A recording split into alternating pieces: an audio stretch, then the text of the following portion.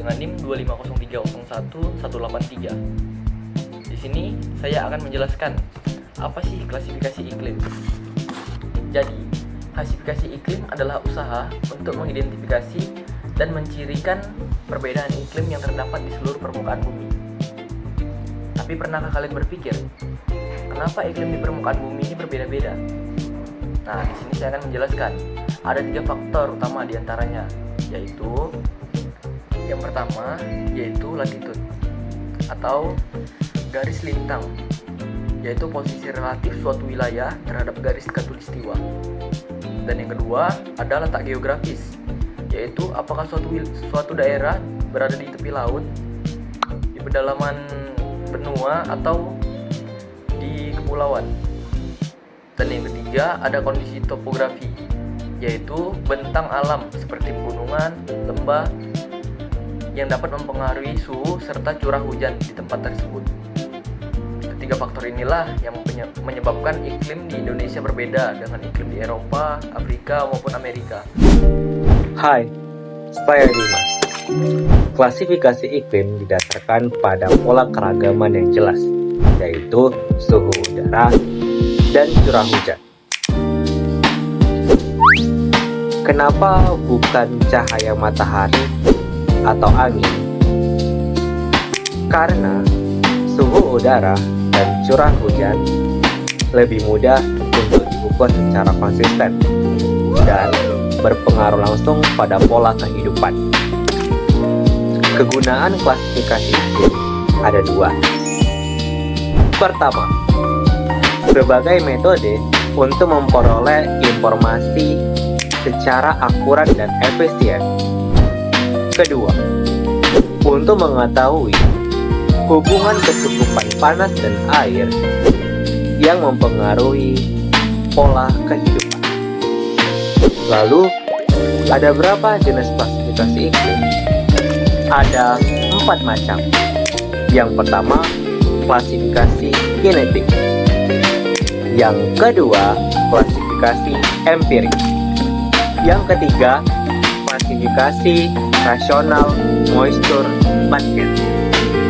Dan yang terakhir yaitu klasifikasi berdasarkan pertumbuhan vegetasi. Jadi teman-teman, klasifikasi genetik menghasilkan daerah yang luas, tapi kurang teliti.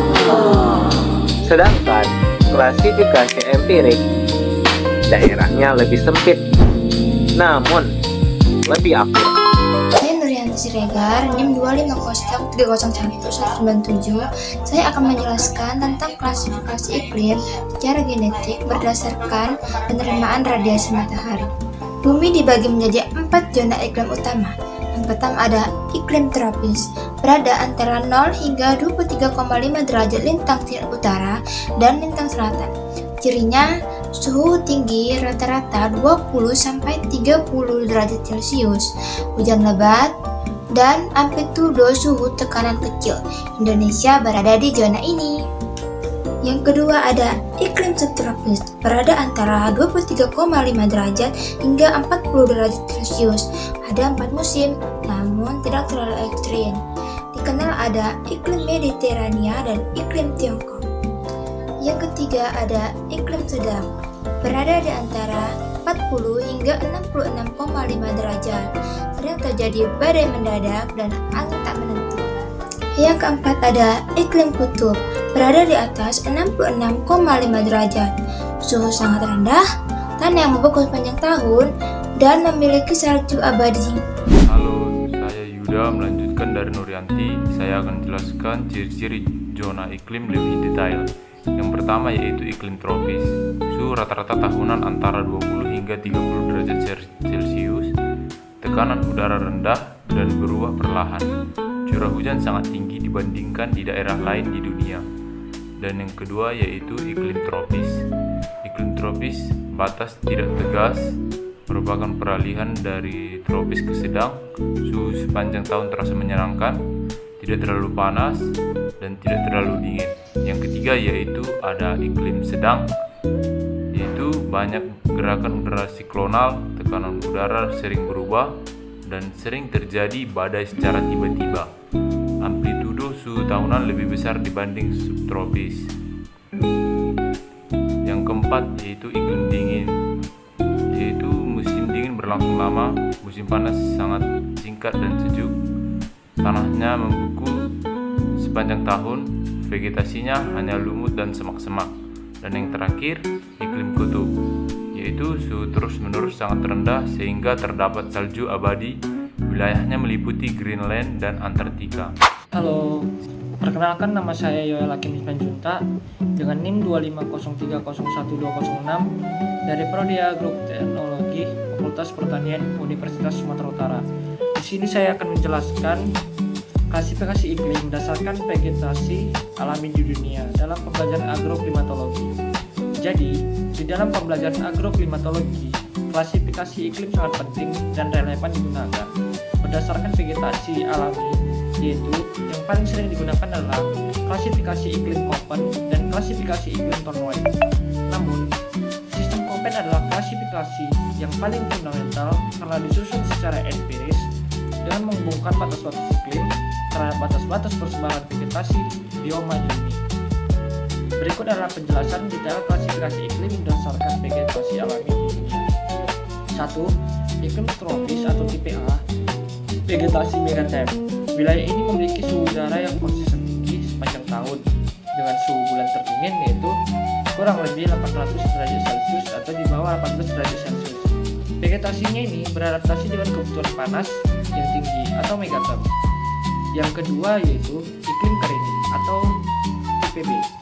Faktor pembatas utama di wilayah ini adalah bukanlah suhu, melainkan defisit air yang parah di mana laju evaporasi potensial melebihi jumlah curah hujan yang diterima. Iklim yang dapat di sini yaitu iklim gurun dan iklim stepa. Yang ketiga adalah iklim sedang hangat atau mesothermal tipe C. Wilayah ini memiliki 4 musim yang jelas dengan suhu bulan terdingin berkisar antara 3 derajat Celcius hingga 18 derajat Celcius.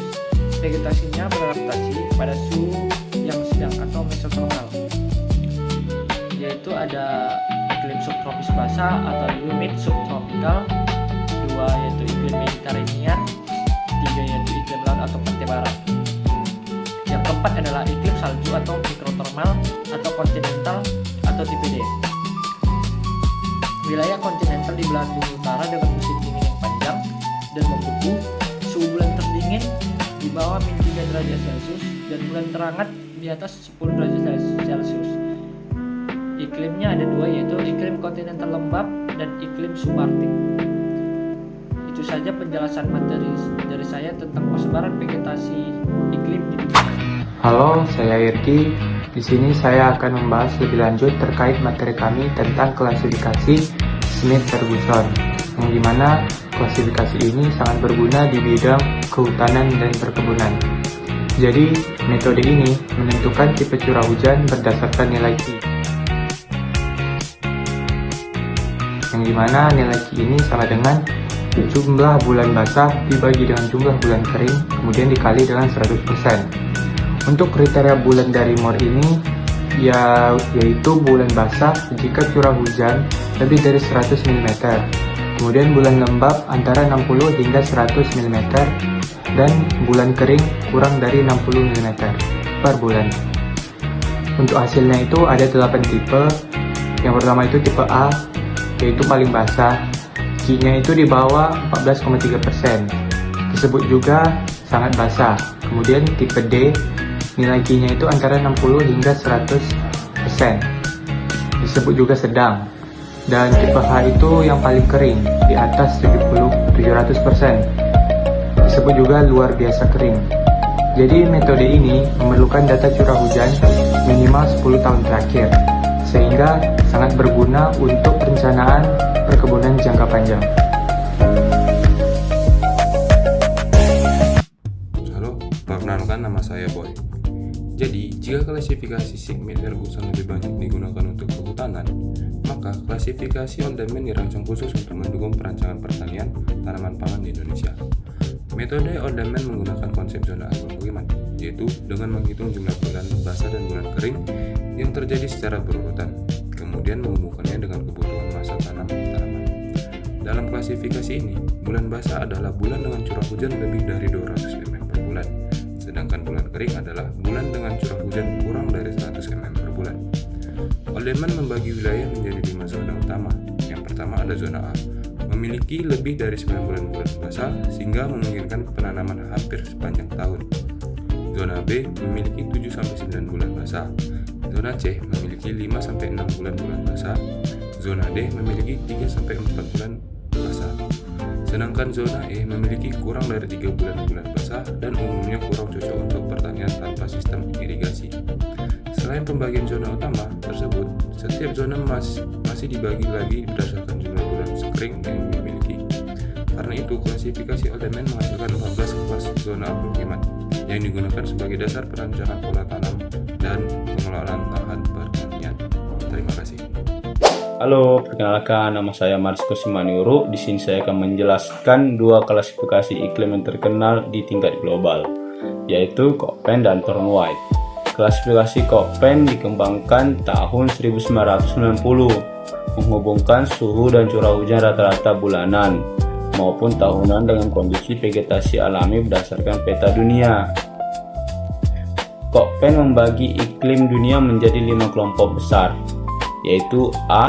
Tropis, B. Kering, C. Subtropis lembab, D. Kontinental, dan E. Kutub. Ini adalah klasifikasi iklim yang paling luas digunakan di seluruh dunia.